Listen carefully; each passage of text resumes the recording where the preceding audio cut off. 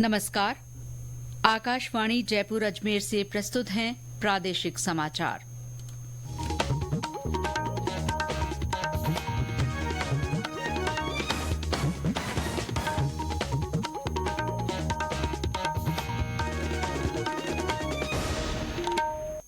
मुख्य समाचार।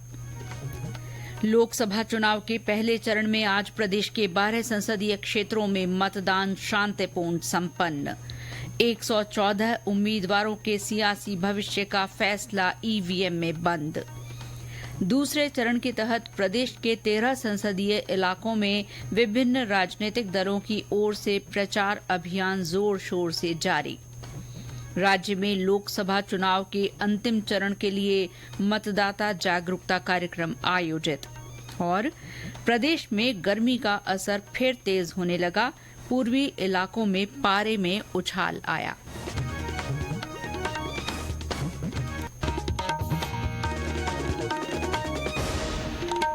समाचारों के साथ मैं शीला चावला और अब समाचार विस्तार से।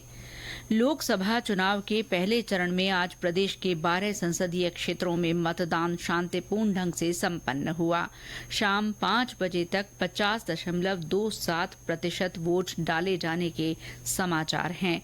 इस दौरान सबसे ज्यादा मतदान श्रीगंगानगर में हुआ, जहां 60.29% मतदान दर्ज हुआ। इसी तरह बीकानेर में 48.87, चूरू में 56.52, झुंझुनू में 44.97, सीकर में 48.85, जयपुर ग्रामीण में 48.67, जयपुर शहर में 56.57, अलवर में 53.21, भरतपुर में 45.48, करौली धौलपुर में 42.53, दौसा में 45.63 और नागौर लोकसभा क्षेत्र में 49.92% मतदान दर्ज हुआ है। पहले चरण में राज्य के श्रीगंगानगर, बीकानेर, चूरू, झुंझुनू, सीकर, जयपुर शहर, जयपुर ग्रामीण, अलवर, भरतपुर, करौली धौलपुर, दौसा और नागौर लोकसभा सीटों के लिए मतदान किया गया। लोकतंत्र के इस महापर्व में भागीदारी निभाने के लिए मतदाताओं में उत्साह रहा। मतदान समाप्ति के निर्धारित समय 6 बजे तक मतदान केंद्रों में मतदाताओं की कतारें लगी हुई थीं। निर्वाचन आयोग के निर्देशों के अनुसार शाम 6 बजे तक मतदान केंद्र परिसर में प्रवेश कर चुके सभी मतदाताओं को वोट डालने का मौका मिलेगा। इस कारण मतदान प्रतिशत और बढ़ेगा। पहली बार मतदान करने वाले युवा मतदाताओं ने आज उत्साह के साथ मतदान में भागीदारी की। मतदान केंद्रों पर बने सेल्फी बूथों पर तस्वीर लेकर लोगों ने इस पल को अपने मोबाइल में कैद कर लिया। पहली बार मतदान करने वाले युवा मतदाताओं को प्रमाण पत्र देकर उनका उत्साह बढ़ाया गया। चूरू के बूथ संख्या 104 पर 18 वर्षीय सायमा ने पहली बार मताधिकार का प्रयोग किया। वहीं जिले के बूथ संख्या 103 पर नव मतदाता साहिल खान ने पहली बार वोट डालने के बाद मतदाता प्रमाण पत्र प्राप्त किया। नव विवाहित जोड़ों ने भी मतदान कर अपना कर्तव्य निभाया। प्रदेश के कई क्षेत्रों में बनाए गए हरित बूथों का नजारा कुछ अलग ही रहा। वहां हरे रंग के गुब्बारे और हरियाली छटा नजर आई। होम वोटिंग की सुविधा के विकल्प के बावजूद कई बुजुर्ग और दिव्यांग मतदाता पोलिंग बूथ पहुंचे और उन्होंने मतदान किया। श्रीगंगानगर के दिव्यांग मतदाता सतीश कछावा ने इलेक्ट्रॉनिक व्हील चेयर के माध्यम से मतदान केंद्र पहुंचकर अपना वोट डाला।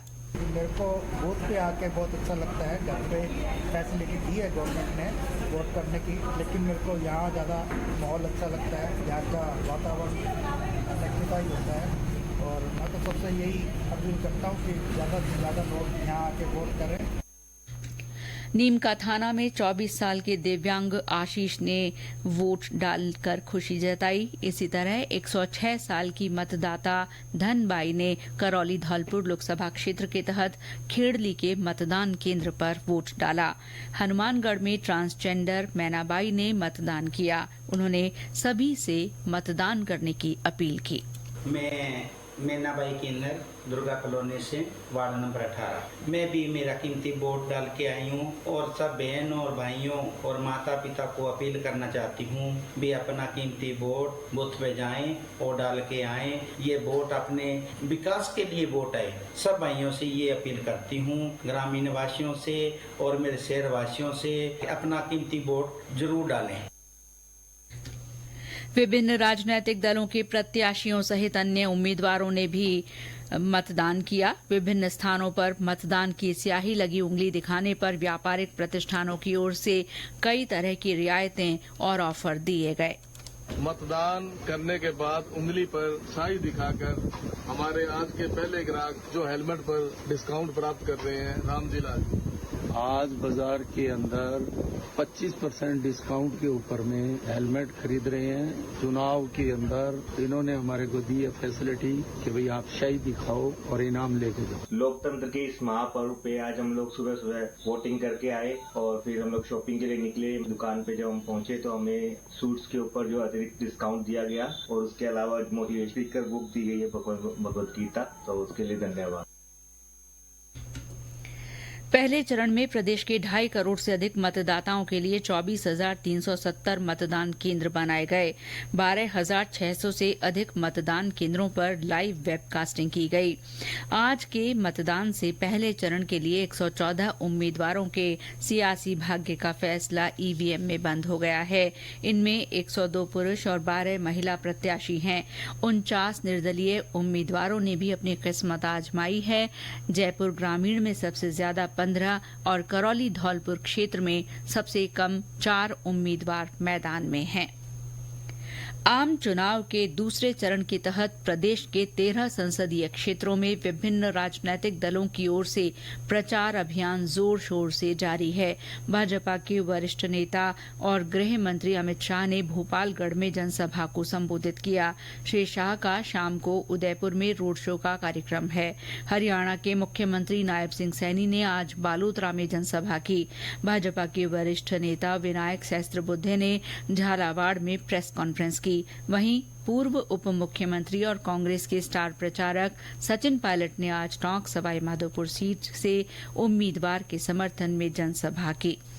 ये समाचार आकाशवाणी जयपुर अजमेर से प्रसारित किए जा रहे हैं।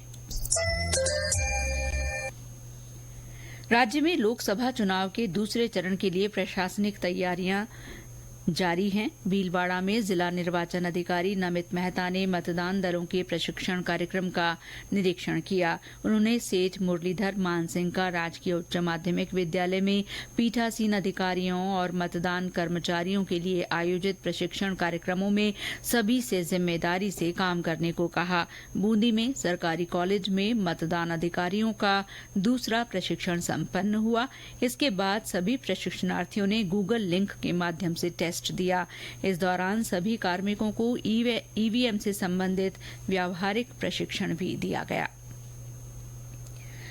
राज्य में लोकसभा चुनाव के मद्देनजर आकाशवाणी समाचार जयपुर की ओर से मतदाता जागरूकता के लिए संदेश श्रृंखला चलाई जा रही है। इसमें श्रोता संदेश भेजकर आमजन को वोट डालने के लिए प्रेरित कर सकते हैं।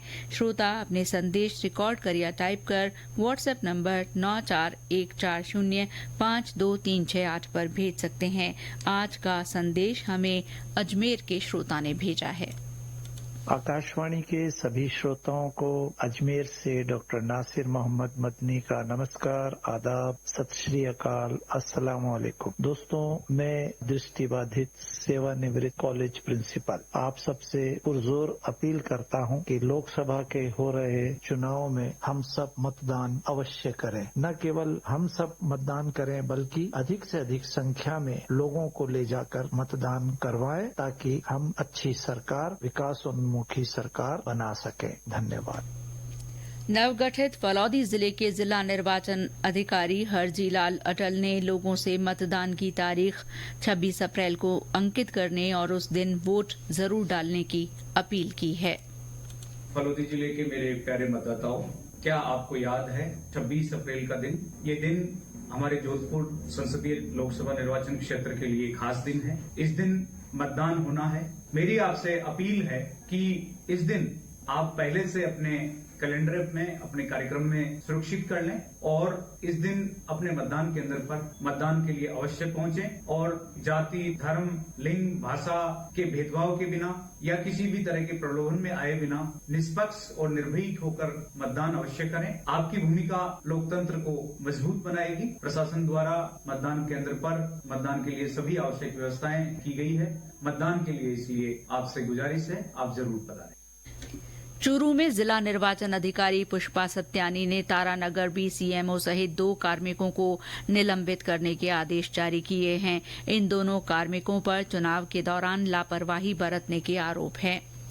राज्य में लोकसभा चुनाव के दूसरे चरण के मतदान के लिए 13 निर्वाचन क्षेत्रों में मतदाता जागरूकता कार्यक्रम लगातार हो रहे हैं। जोधपुर विधानसभा क्षेत्र में आज महेश उच्च माध्यमिक विद्यालय सेमाजी गेट में विभिन्न मतदाता जागरूकता गतिविधियों का आयोजन किया गया।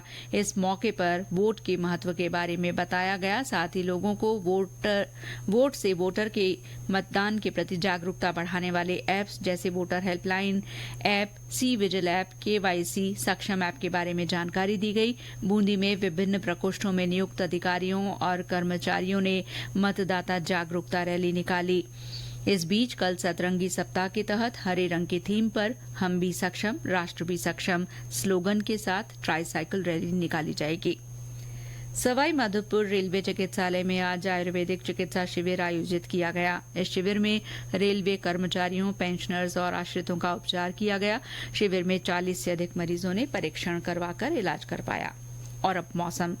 प्रदेश में गर्मी का असर फिर तेज होने लगा है। पूर्वी इलाकों में पारे में उछाल आया है।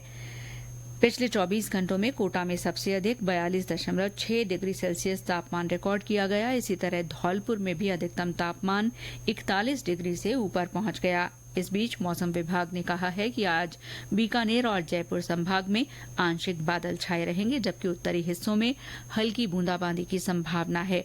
आगामी दिनों में अधिकांश भागों में मौसम मुख्यतः शुष्क रहने के आसार हैं। और अंत में मुख्य समाचार एक बार फिर।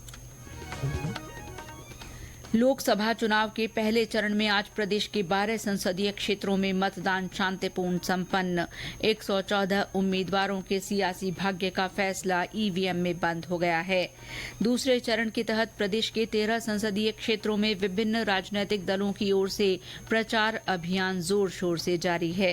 राज्य में लोकसभा चुनाव के अंतिम चरण के लिए मतदाता जागरूकता कार्यक्रम आयोजित किए गए। और प्रदेश में गर्मी का असर फिर तेज होने लगा है। पूर्वी इलाकों में पारे में उछाल आया है। इसके साथ ही प्रादेशिक समाचार बुलेटिन समाप्त हुआ।